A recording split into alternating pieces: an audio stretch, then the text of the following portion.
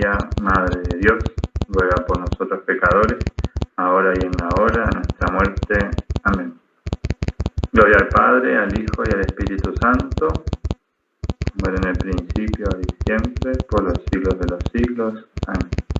San José, ruega por nosotros. En nombre del Padre, el Hijo y el Espíritu Santo.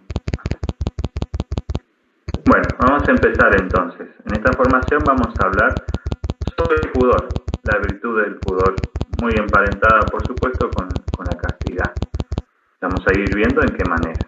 Yo le puse como subtítulo porque es como un resumen de todo lo que es el pudor, lo que figura ahí. Aprecio por la intimidad. Eso es el pudor. Un aprecio, una valoración, un respeto por la propia intimidad y la de los demás. Bien, ¿y por qué hablar del pudor? O sea, ¿qué nos interesa aquí ahora, preparándonos para el voto de castidad? Es porque siempre acompaña a la castidad. El pudor es como una parte de la castidad, pero sobre todo es a la vez adorno y resguardo de la castidad. Es decir, una persona casta se manifiesta en todo pudorosa, lo cual es algo muy bello, por eso adorno, como ya vamos a ver. Y también resguardo de la castidad. Una persona que quiere mantener su castidad, la mejor manera con respecto a cómo mostrarse y manifestarse hacia los demás, va a ser con el pudor. Vamos viendo entonces en qué consiste. Lo primero para decir, para quitarnos rápido ideas que nada que ver. El pudor nada que ver como un puritanismo negativo. ¿En qué sentido? Nada que ver con pensar que es simplemente prohibición o que es tapar algo que es malo. Eso es una visión totalmente errónea, no es la visión cristiana, católica, puede ser una visión de algunas partes del protestantismo. Es la visión que el mundo quiere que tengamos del pudor. O sea, el mundo quiere que pensemos, no, el pudor es para alguien que no es libre, es para alguien que no valora su cuerpo, es para alguien que ve que el cuerpo es malo, no. Es decir, ya vamos a ir viendo a lo largo de la charla que una idea es totalmente errónea, hay que sacudirse esa idea, ¿no? El pudor no es tapando algo que es en sí mismo pecaminoso, ¿no? Como diciendo, no, hay que cubrir todo el cuerpo, hay que cubrir todas las partes, y no solamente es el vestido el pudor, es mucho más amplio, sino que todo lo contrario.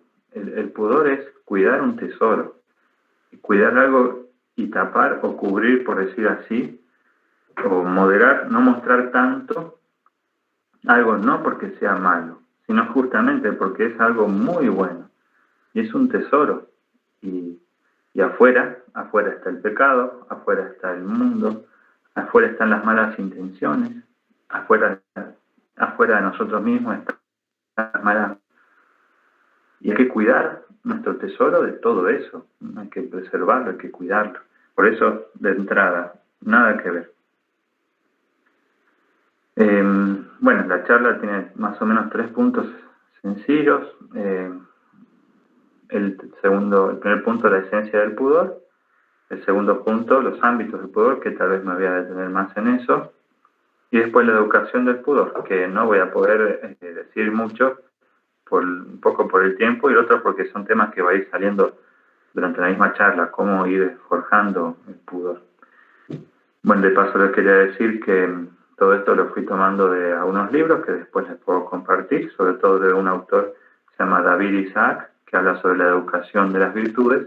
Él lo piensa en los niños, para padres y educadores, de cómo ir educando todas las virtudes en los niños, y trata el pudor. Después también el padre Iraburu, que tiene 3 artículos sobre el pudor, sobre la teología del pudor, la moral del pudor, y después el mismo David Isaac va citando otros autores como Piper y el padre Chosa, que yo no lo pongo así como referencia para no gastar mucho tiempo. Pero bueno, vamos a lo primero, esto de la esencia del pudor. El pudor es reconocimiento y custodia de la propia intimidad del propio ser que se debe a Dios. Es decir, es reconocer esto que tengo es de Dios y es para Dios. y no es para cualquiera. El pudor también se le puede llamar como la virtud de la autoposesión, para poder entregarse. El pudor es como la castidad, es la virtud del ser dueño de sí. Y entonces, esto que tengo y esto que soy, es decir, cómo me muestro, lo cuido porque es mío. Y yo se lo voy a entregar a quien quiera, no a todo el mundo, no a cualquiera. Por eso, la virtud de la autoposesión. Bien, entonces, dice uno de los autores que dije que el que es pudoroso, la persona que tiene pudor, reconoce el valor de su intimidad y respeta la de los demás. Reconoce el valor de su intimidad. El que tiene pudor mantiene su intimidad a cubierto de extraños, rechazando lo que pueda dañarla. Mantiene su intimidad a cubierto de extraños, rechazando lo que pueda dañar esa intimidad.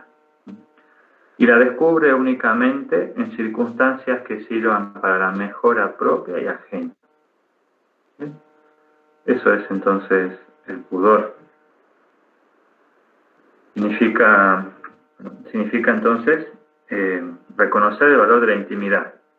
Y aquí tengamos en cuenta que hablamos en sentido amplio, porque no podemos tener, el mundo quiere que tengamos también una visión como muy reducida del pudor, como visto solo al cuerpo o visto solo al vestido.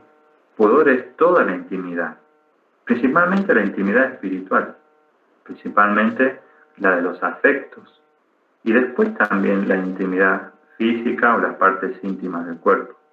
Pero primero la intimidad espiritual y afectiva. O sea, esto que yo soy, estas cosas que yo siento, esto que me pasa, no es para cualquiera.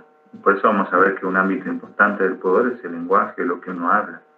No es para cualquiera andar diciendo todo lo que me pasa, todo lo que siento. Entonces, el pudor significa reconocer el valor de la intimidad, no entregar lo íntimo y lo personal a cualquiera. Lo espiritual, sí, lo del cuerpo, obviamente, no entregar el cuerpo a cualquiera, pero también no entregar lo espiritual y lo afectivo. Bueno, acá hay un problema, o el mundo nos quiere plantear un problema, pensando que haciéndonos pensar que guardar las cosas para uno mismo es como muy egoísta, o una expresión del egoísmo. Y a veces está esa idea ridícula de decir, bueno, yo soy generoso con los demás, por eso me entrego, o yo soy generoso y quiero a mi novio o a mi novia, a esta persona, por eso ya me voy a entregar. No soy egoísta, por eso comparto con todos. Nada que ver. Lo que uno tiene, hay que aclararlo bien, lo que uno tiene, todo, alma y cuerpo, es de Dios y es para Dios. Y a nosotros nos toca administrar todo lo que Dios nos dio, de tal modo que nos estamos pensando en la gloria de Dios y el bien del prójimo. Por eso, guardar las cosas para uno mismo, si es solamente para uno mismo, sí es egoísta. Pero guardar las cosas para Dios y para el prójimo no es egoísmo. Y eso es la castidad y eso es el pudor. Y aparte, es lógico que si tenemos que utilizar nuestras posibilidades al servicio de Dios, todo lo que tenemos, todo lo que poseemos, a través de un servicio a los demás, hay que, por eso, considerar bien cuándo voy a entregar, a quién, a qué cosa. Porque el otro es despilfarro, por decir así, o es perversión, o es, en el caso de entregar el cuerpo, puede ser lujuria, y así. Entonces yo administro esto que soy, que se lo debo a Dios, a través del servicio al prójimo. Entonces el pudor es pensar, ¿cuándo voy a entregar qué cosa a quién? Para hacerme bien yo y para hacer bien al prójimo, y dar gloria a Dios, ¿no? Por eso. Y la intimidad tiene un gran valor cuando lo que se guarda ahí es bueno. Por eso decíamos que la virtud del poseerse, virtud de la autoposesión, pero también la virtud de salir de uno mismo. Y por eso, cuando también en la misma intimidad hay cosas vivencias que suceden, que yo tengo que ir resolviendo, por eso es parte del pudor saber cómo manifestarlo, saber cómo sacarlo, ¿no? un joven cuando va descubriendo su intimidad, sobre todo en la adolescencia, le van pasando cosas afectivas y espirituales y también, bueno, físicas, ¿no? Y ahí está entonces el desafío del joven. Bueno, con esto que voy viendo, que es muy íntimo mío, ¿qué hago?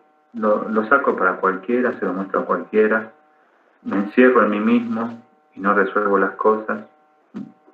Pero si va cultivando el pudor, sabe a quién manifestar y comunicar en el momento oportuno. Por eso siempre hay que saber salir de uno mismo para buscar ayuda cuando se experimentan tantas cosas en la intimidad, afectivas, espirituales, pero no la ayuda de cualquier persona, sino de la persona correcta. Por eso, ese es un buen signo de una persona que tiene pudor. Cuando sabe acudir y buscar a la persona adecuada para buscar ayuda, a un amigo, a un buen familiar, incluso al sacerdote, para mantener el pudor, mantener la intimidad sana. Y aquí entonces vale la pena, muy brevemente, hacer referencia, por ejemplo, a la dirección espiritual o al aprovechamiento de la confesión. Ven cómo también está relacionado esto con el pudor. Yo, mi intimidad, tengo que ser muy cuidadoso, sobre todo cuando hay problemas y no logro resolver esa intimidad o no es una intimidad sana, muy recomendable y es lo que más hay que hacer, bueno, poder manifestarla con quien corresponda, no con todo el mundo, pero sí, por ejemplo, con un buen director espiritual. Entonces, de ya animarlos a eso, a buscar dirección espiritual, buscar ayuda, en la medida que se puede. Hay veces que no se encuentra buenas opciones para eso, o no hay sacerdotes disponibles, bueno, a menos una persona de confianza, una persona espiritual, un religioso, una religiosa, o alguien. O si no, al menos si no se puede dirección espiritual, al menos sí poder hacer en confianza y en intimidad consultas, por ejemplo, como yo ya les he dicho, a veces que se quieren, puedan consultarme y con el tiempo se les podrá responder, pero al menos eso, de última. Entonces eso como un paréntesis, ya que tiene que ver en este momento lo de la dirección. Bien, eso sobre la esencia del pudor. Después vamos a ir a más cosas más concretas, pero lo que más quiero que vean es que el pudor es bien amplio, y es de lo espiritual, y es de lo físico también, de lo afectivo, y sobre todo con el sentido de cuidar la intimidad, que mi intimidad realmente valga la pena. Bien, entonces, el pudor trata de todo un conjunto de circunstancias, sobre todo cuando es manifestación al exterior, manifestación del cuerpo y del espíritu, pero al exterior, que deben ser atendidas. Las miradas, los gestos, los vestidos, las conversaciones, lo que uno habla, también lo que uno ve, los espectáculos, los medios de comunicación, todo un conjunto de circunstancias que se relacionan más o menos con la intimidad y también con el vivir bien la propia sexualidad. Por eso yo separé en 3 ámbitos del pudor, que así lo separa el autor Choza, que lo cita David Isaac. 3 ámbitos donde se ha de vivir bien el pudor: la vivienda y el lugar propio como una habitación, el vestido, evidente también, y el lenguaje, lo que vamos a decir, las palabras que decimos, palabras que no sean vulgares o que no sean manoseando algo sagrado como la sexualidad, pero también cuánto vamos a hablar de las cosas que nos pasan, a quién. Bien, entonces, esos 3 ámbitos del pudor. Obviamente después hay tiempo para que me hagan preguntas, o si pasa algo que no me escuchan o algo me avisan. Sobre la vivienda, dice un autor, el motivo dominante por el que los hombres construyen casas no es defenderse del clima o de los animales, esos son motivos pero no dominantes. El hombre construye casas porque necesita proyectar espacialmente su intimidad. Mi lugar íntimo. El hombre necesita su lugar íntimo. Entonces, así cuando invito a un amigo a mi casa, lo invito a mi lugar íntimo, a mi intimidad. Lo invito a estar íntimamente en mi compañía. Por eso, ven hasta quién invito a mi casa, más todavía, hasta quién dejo entrar en mi habitación, por ejemplo. Es todo un tema de pudor y de cuidar mi intimidad. Ayer puse un cuadro de la Anunciación de la Santísima Virgen.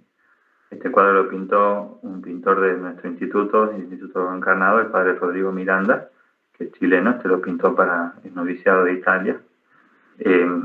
Y señalar algo que figura en muchos cuadros de la Anunciación. Ahí ven en el fondo la habitación de la Virgen, bien ordenada. Y es símbolo de la castidad y el pudor de la Virgen. En muchos cuadros, no solamente en este, pero de la Anunciación, la cama tendida, bien ordenada de la Virgen, ¿no? Como diciendo, ahí estoy yo nada más. Nadie entra en mi habitación, nadie ocupa mi cama y la cama para dormir y después la ordeno y listo, ¿no? Como un signo elocuente, o sea, que nos enseña mucho también como sabemos que el orden en todas nuestras cosas nos ayudan a todas las virtudes, pero particularmente al pudor, a la castidad, porque uno se manifiesta ordenadamente, y si yo soy ordenado afuera, también lo voy a hacer ordenado adentro, con una intimidad sana, como decíamos. Eso lo puse entonces de ejemplo, el ejemplo por sobre todo de la Santísima Virgen.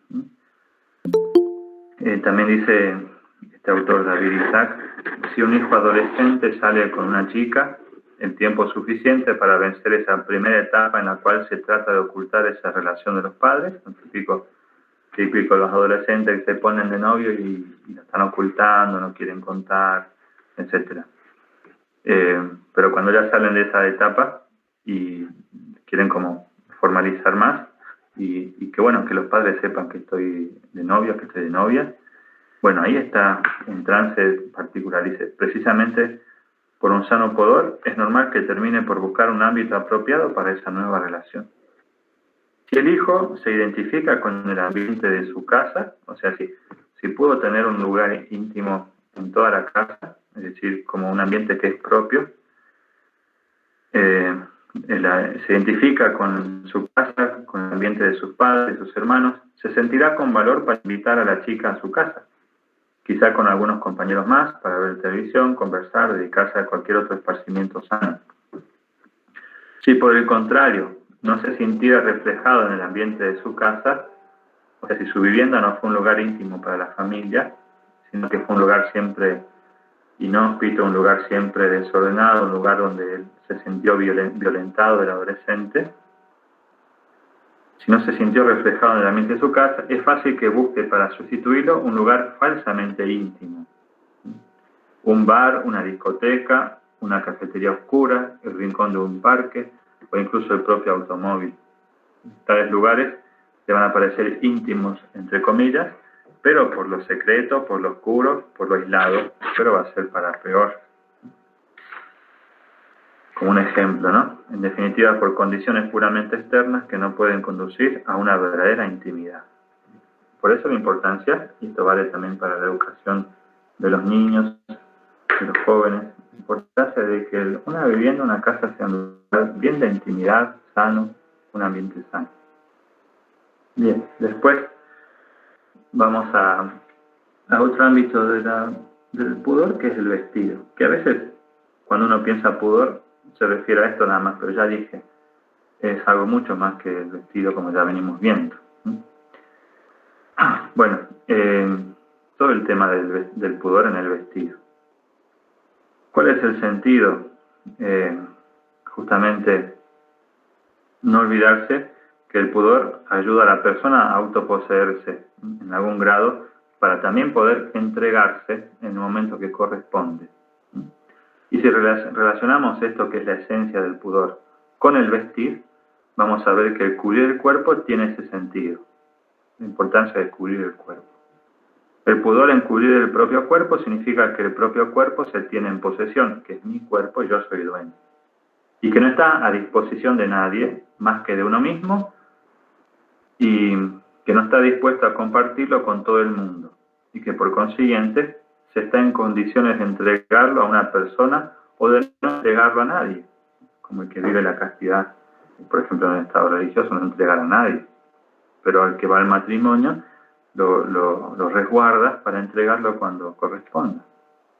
Ese es el sentido, dice el autor David Isaac, que tiene el celo que manifiesta el marido o el novio por la decencia en el vestir de su esposa, de su prometida. Bien, y varias cosas en esto entonces. Por lo general, más se hace referencia a las mujeres en cuanto al pudor en el vestido, pero no tiene por qué quedar excluido también el varón, que debe vestirse también y mostrarse siempre pudoroso en su vestido. Pero algunas aclaraciones también, algunas aclaraciones más. No es un asunto así matemático de cuántos centímetros cuadrados de cuerpo se muestran, cuántos se cubren, sino de la actitud también, del respeto por el prójimo, de pararme a pensar, vistiendo así, ¿acaso no voy a provocar, acaso no voy a dar mal ejemplo incluso? Capaz que estoy en un ambiente, como en la propia casa, que, bueno, es difícil que alguien extraño venga, que se pueda llegar a sentir provocado y demás, pero bueno, igual yo doy ejemplo, doy buen ejemplo, por ejemplo, a los mismos niños que puedan estar, o los más jóvenes, y porque es toda una actitud y una manera de vida, no que voy a ser pudoroso en la calle y llego a mi casa y ya tengo otra actitud, o ya no me interesa la misma virtud. Bien, entonces eso es más bien una cuestión de que custodiar un tesoro que no es para cualquiera. Incluso, por eso en este tema es tan difícil poner como una regla general. Igual sí voy a decir cosas que son como, deben ser tomadas como general, pero la regla general es difícil de poner porque depende de cómo se cubra. Después hay maneras de comportarse que también hacen cuestión así capaz provoco a uno o no. Entonces, como medida, siempre considerar si voy a estar provocando a alguien a participar de la propia intimidad cuando no corresponde. Por eso, es algo que cada persona, varón y mujer, tiene que ponerse a pensar y ver bien cuando piensa en el vestido, ¿no?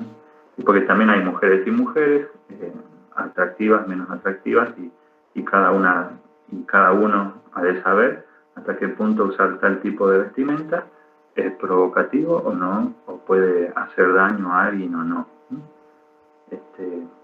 Por eso. Y algo muy interesante sobre todo esto, que es contradecir pensamientos de muchos, incluso de jóvenes buenos, de mujeres buenas, de varones buenos. El pensar justamente que esto es retrógrado o es anticuado, pensar y hablar tanto de esto, preocuparse del vestido. No, de hecho todo lo contrario. No hay ningún avance, sino puro retroceso, ¿no?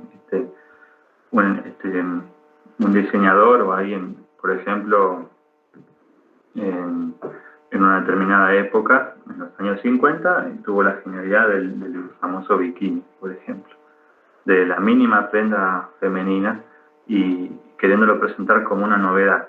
Pero no, fue un verdadero retroceso, como puse la cita ahí.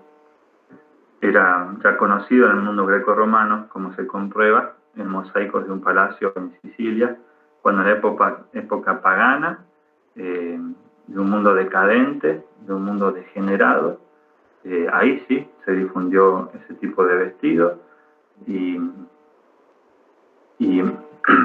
fue el cristianismo justamente con la belleza de la castidad del pudor que pudo revertir esa situación y cuidar un tesoro como el cuerpo. Pero hoy en día vivimos paganizados y tiene un signo claro de aceptación, por ejemplo, del bikini, incluso entre muchas mujeres cristianas. Entonces, vale la pena ya decir, es malo o es pecaminoso, casi que de suyo, un vestido como ese. O no sé si se puede llegar a llamar vestido. No, no tiene ningún sentido, no hace falta para pasarla bien, para compartir momentos, para bañarse, no hace falta, se puede ser pudoroso igual, ¿no? Y realmente no tiene ninguna razón de ser. Y es muy difícil pensar que alguien puede ser pudoroso, por ejemplo, usando algo así. Para tener presente, sobre todo, que es un retroceso, ¿no? El mismo Dios dijo en la Biblia, y por eso cuando se impone o crece la cultura cristiana, el pudor crece y se abandonan cosas como esas, que después el mundo moderno cree que hace la gran novedad y se libera de ataduras retrógradas y entonces populariza malas maneras de vestir, ¿no? En la Biblia Dios vistió a Adán y Eva, ¿no? Les hizo vestidos y los vistió para cuidar el pudor. Y así en adelante, en ese mundo greco-romano, como decíamos, sí, en termas, gimnasios, en los juegos atléticos y en cosas ya pecaminosas de suyo, en reuniones o fiestas ya pecaminosas, estaba esa desnudez total o parcial y la Iglesia siempre rechazó eso y fue un crecimiento y un progreso poder difundir la castidad, ¿no? Dice el padre Iraguru, muchas mujeres cristianas ofenden habitualmente los tres valores propios del vestido cristiano. ¿Cuáles son los tres valores propios del vestido cristiano? El pudor, la pobreza y la digna belleza. Es decir,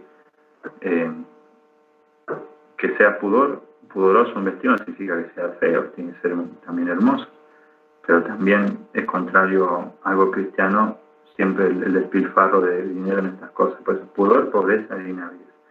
Y dice este autor, ¿cuántas mujeres seglares gastan en el... Sí. No sé si a mí nomás, pero salió un poquito trabado cuando estabas explicando esas tres cosas. Era el pudor, la pobreza y el tercero. Digna belleza. Ah, ya. Justito se O sea, parece tu señal. bueno, puede ser. No sé si después me preguntas en una parte quedó menos claro. Bien, entonces, el cristianismo fue la primera fuerza espiritual que arraiga en el pueblo el pudor, la castidad, incluso la monogamia. Cristo y su iglesia consiguen ese milagro histórico por el Espíritu Santo que renueva la faz de la tierra. Incluso los escritos de los padres quedan huellas de ese asombro que en los paganos causaba el pudor de las mujeres cristianas. Hay cuántos elogios hay en la literatura antigua cristiana del pudor de las mujeres cristianas y cómo se admiraban de esa belleza de la castidad. Entonces, incluso el testimonio cristiano de castidad, del pudor, fue una de las causas más eficaces de la evangelización del mundo greco-romano, del mundo antiguo, ¿no? Porque ese mundo antiguo, pagano, degenerado, ignoraba la grandeza y la hermosura de esas virtudes, la castidad y el pudor. Entonces, que nosotros vivamos la castidad y el pudor es para evangelizar también. Bien, después, lo del lenguaje. Con referencia al ámbito del pudor en el lenguaje, es un terreno muy, muy amplio. Es porque como decíamos, es qué voy a manifestar hablando de mis cosas, o cómo voy a hablar, qué tipo de lenguaje voy a usar, si un lenguaje vulgar, si un lenguaje, por decir así, confianzudo, un lenguaje de doble sentido. Eso es evidente que es impúdico o que falta el pudor. Pero sí ahí puse la cita de un lenguaje en el sentido de poder manifestar mi intimidad. Muchas veces se escucha de jóvenes, o es común la experiencia de decir, no sé lo que me pasa, en relación con estados afectivos y con estar incómodo por no comprenderse. Pero ese no sé lo que me pasa indica justamente que falta pudor, en el sentido de que falta autoposeerse. Obviamente hay muchas cosas aquí, el conocimiento de uno mismo y demás, y por eso vuelve a resonar aquí la importancia de una dirección espiritual o de alguien que ayude a comprenderse a uno mismo también, ¿no? Entonces, si esa expresión no sé lo que me pasa, indica que no se posee objetivamente la propia intimidad. Si uno puede expresar verbalmente el estado de ánimo, si puede explicar qué le pasa, es ya como empezar a poseerse objetivamente y entonces poder entregarse a los demás. La posibilidad de comunicación, de entregar lo que se posee. Y en el sentido contrario, muchas veces, cuando se dice de una persona que no tiene pudor, porque se refiere indiscriminadamente a aspectos íntimos de su vida afectiva, se quiere indicar que esa intimidad de esa persona es dominio público, ¿no? La persona que todo el tiempo anda diciendo qué siente, qué le pasa, sin llegar al extremo de encerrarse demasiado o no tener nadie con quien hablar esas cosas, pero el otro opuesto, que es falta total de pudor con respecto al lenguaje, es que esa intimidad, la comparto con a todo el mundo, hablar qué me pasa, qué siento, qué pienso. Eso es signo de que uno no se domina a sí mismo, no se posee a sí mismo. Entonces, la propia intimidad solo tiene que manifestarse en el lenguaje y en todas las otras cosas, en aquellos casos en que eso puede favorecer la mejora personal o el bien del prójimo. Hay que tener, y en este sentido también, como un paréntesis, hay que tener la correcta noción de sinceridad o de transparencia. No significa hablar de todo con todo el mundo, o a todo el mundo revelar temas íntimos o los problemas. Ser sincero significa exponer esos problemas o esa intimidad de un modo libre y sin fingimientos, con rectitud, o sea, para el bien, no para llamar la atención, no para causar lástima o no para imponerme sobre los demás, sino para el bien.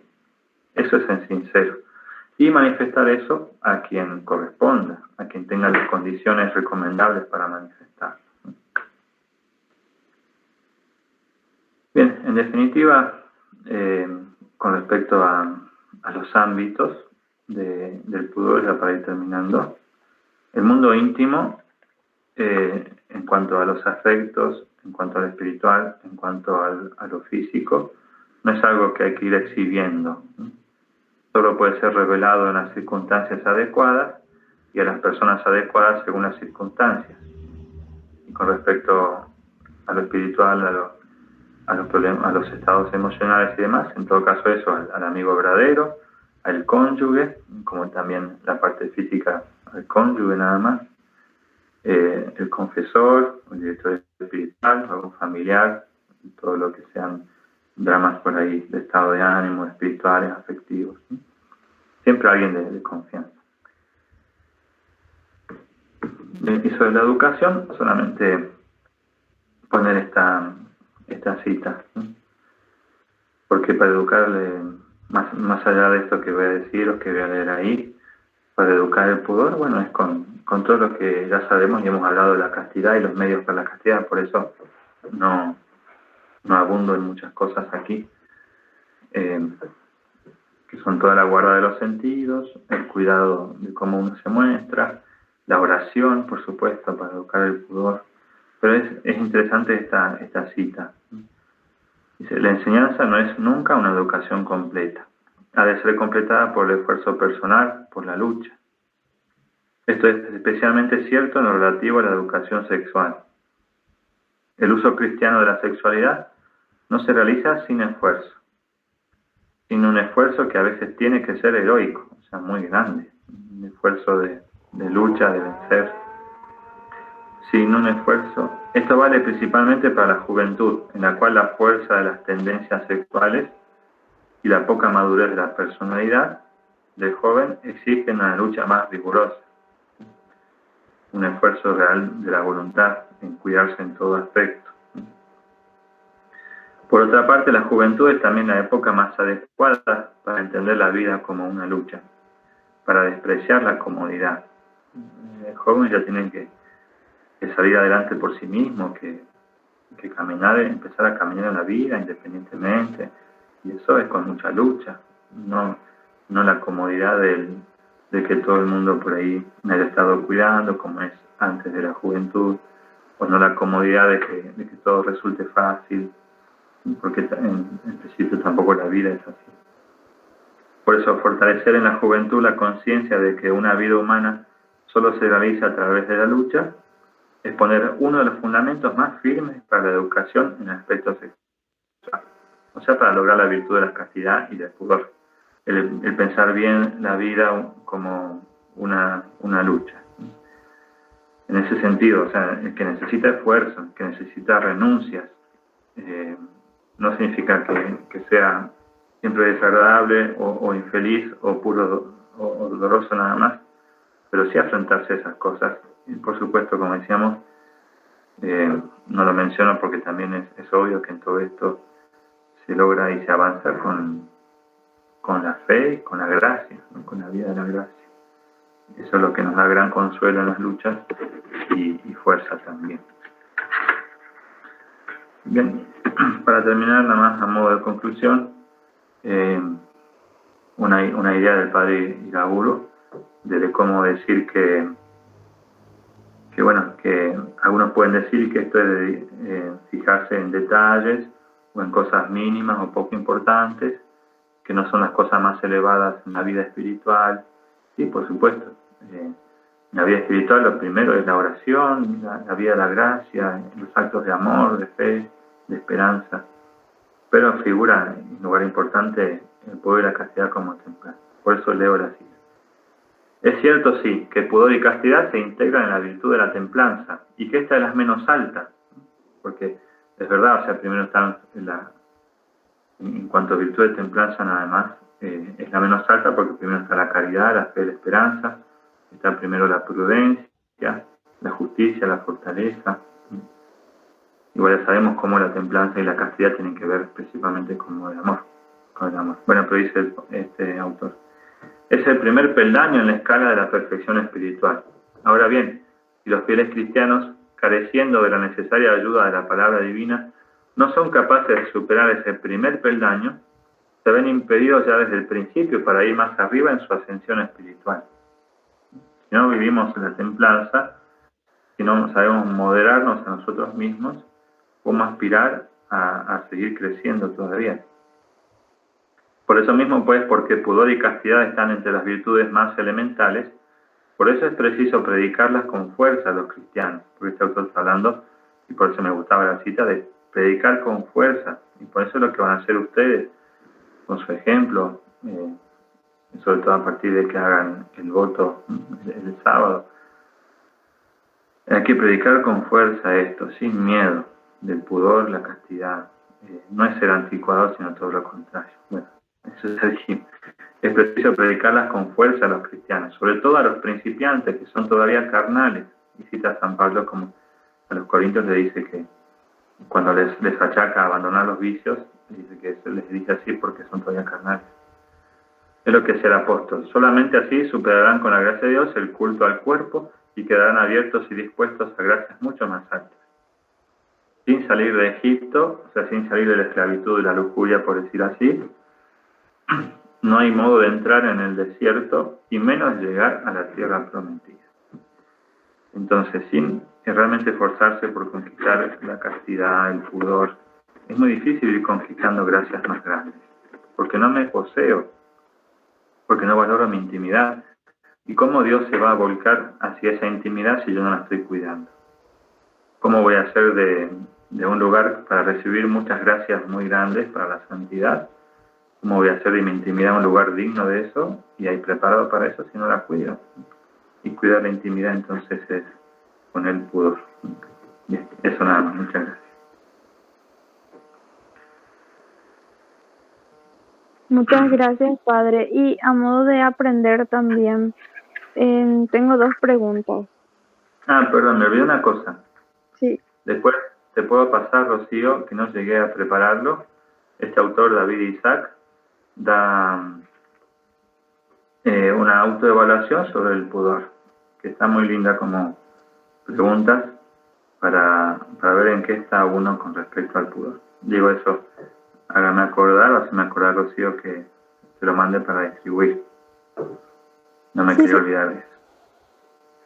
Genial, genial, te voy a hacer recordar. Padre, te quiero preguntar algo. Sí. Bueno, a modo de aprender.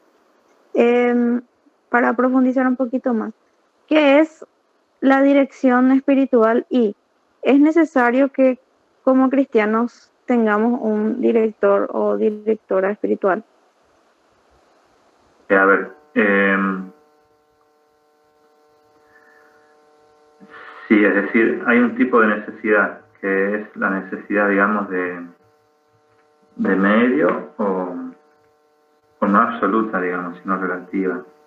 Es muy, muy conveniente y para quien busca con seriedad la santidad con todo, es en la práctica necesario, sobre todo por el extravío del mundo actual y tanta confusión y demás. La dirección espiritual es esto que puede hacerse a modo de consultas ocasionales o una dirección espiritual formal y propiamente dicha, de poder guiarse con a un sacerdote preferentemente, si una persona espiritual, en todos los ámbitos de la vida que tengan que ver con alcanzar la santidad o la unión con Dios. O sea que prácticamente todos los ámbitos de la vida. Las cosas principales son las cosas espirituales, la vida de los sacramentos, el crecimiento en la fe, en la caridad, en la esperanza, pero también cuestiones humanas como esto, como el pudor o las virtudes, cómo moderar mi temperamento. Bueno, todos los temas entran ahí, muchísimos temas. También el deber de Estado, también la vocación, como que lo primero que hay que ver en una dirección espiritual es, bueno, ¿qué te pide Dios que hagas de tu vida? ¿Qué vocación? Sí, principalmente si al matrimonio y la vocación de santidad laical o una vocación consagrada de santidad en consagrarse totalmente a Dios. Y después todo lo otro. Y eso, no sé si responde. Sí, se entiende perfectamente. Uh-huh. Por eso animarle a que busquen director espiritual, algún sacerdote de confianza preferentemente, sino menos a una religioso, religiosa, y así.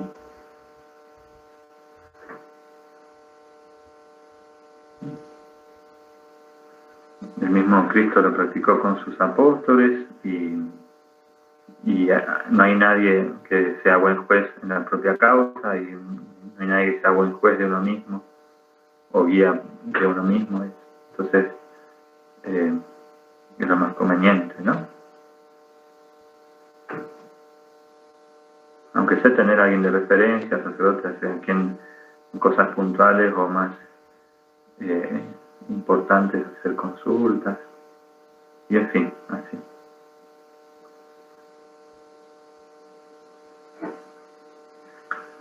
¿Alguna otra pregunta más? Sí, pueden hacer preguntas, tranquilo.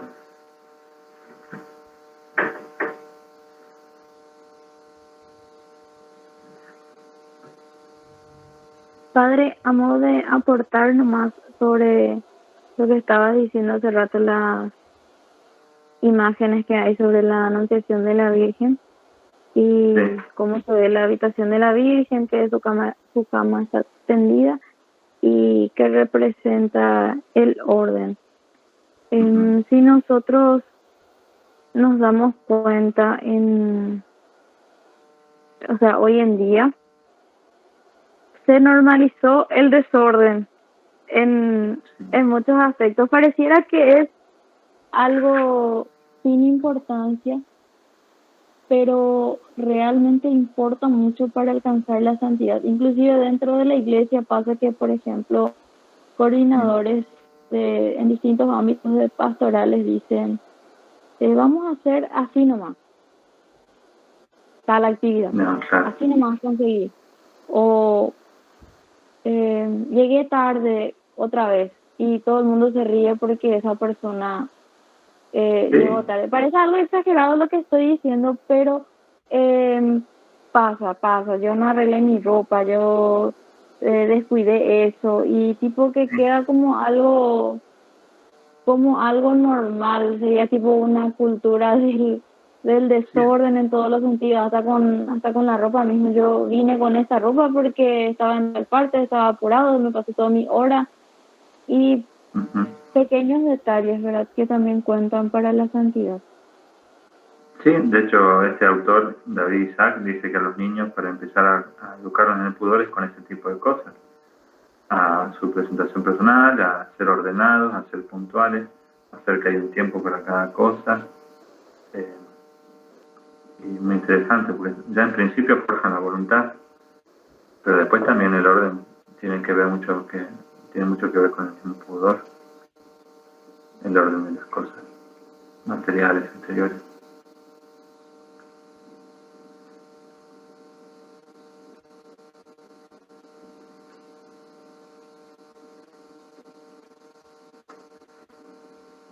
No sé, alguna pregunta más. Si no, después me pueden consultar.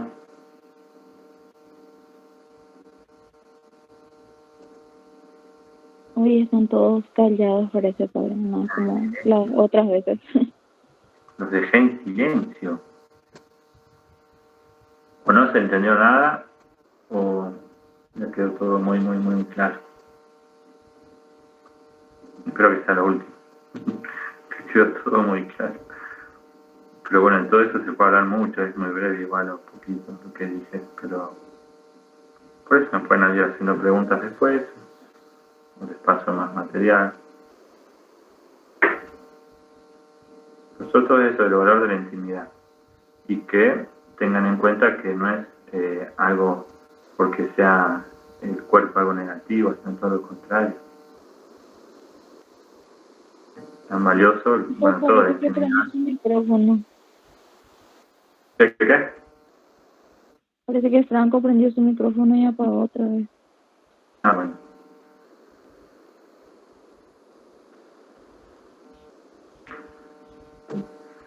Bueno, en todo caso, en serio, si no hay más preguntas, dejamos acá y me dicen.